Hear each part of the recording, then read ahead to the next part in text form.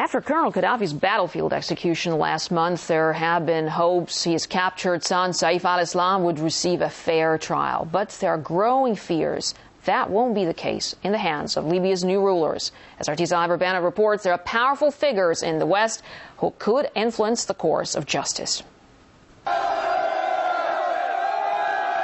Saif Al-Islam Gaddafi is a man with a lot to say. He's the last chance the world has to know how the Gaddafi regime turned from public enemy number one to bosom buddies with Britain and the other Western powers.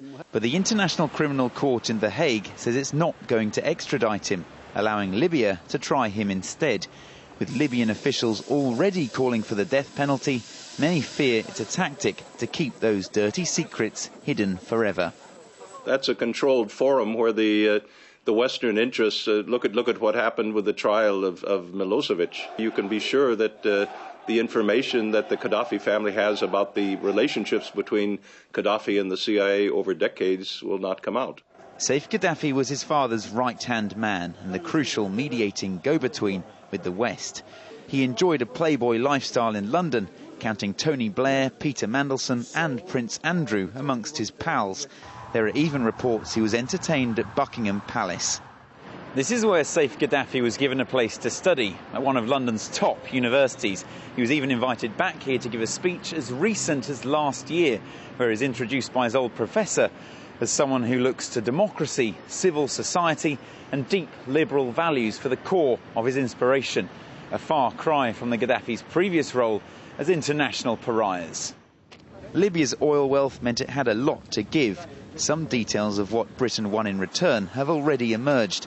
Saif Gaddafi's alma mater was given £1.5 million by his charitable foundation as part of a deal to educate hundreds of Libya's future civil servants.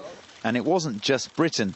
According to Gaddafi, Libya funded Nicolas Sarkozy's path to the presidency, but the Gaddafi's fall from favour was sudden and spectacular. According to Saif, their former friends have been trying to cover up any links since turning against them, desperate to stave off a trial at the International Criminal Court.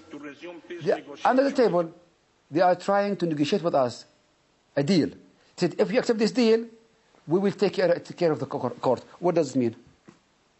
It means the court is controlled by those countries which are attacking us. And I don't think it's going to be in anyone's interest for this to come out. The new government in Libya want blood. That's my reading of it.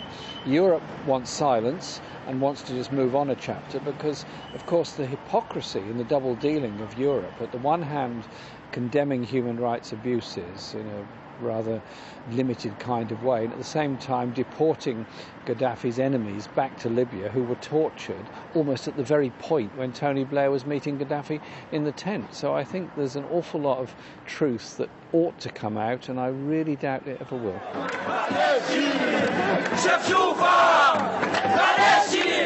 Libya insists it's capable of giving a fair trial, despite its judicial system not being independent for over 40 years. It's still unclear where Saif Gaddafi will be tried. Rival ruling factions are fighting over who gets to exact revenge.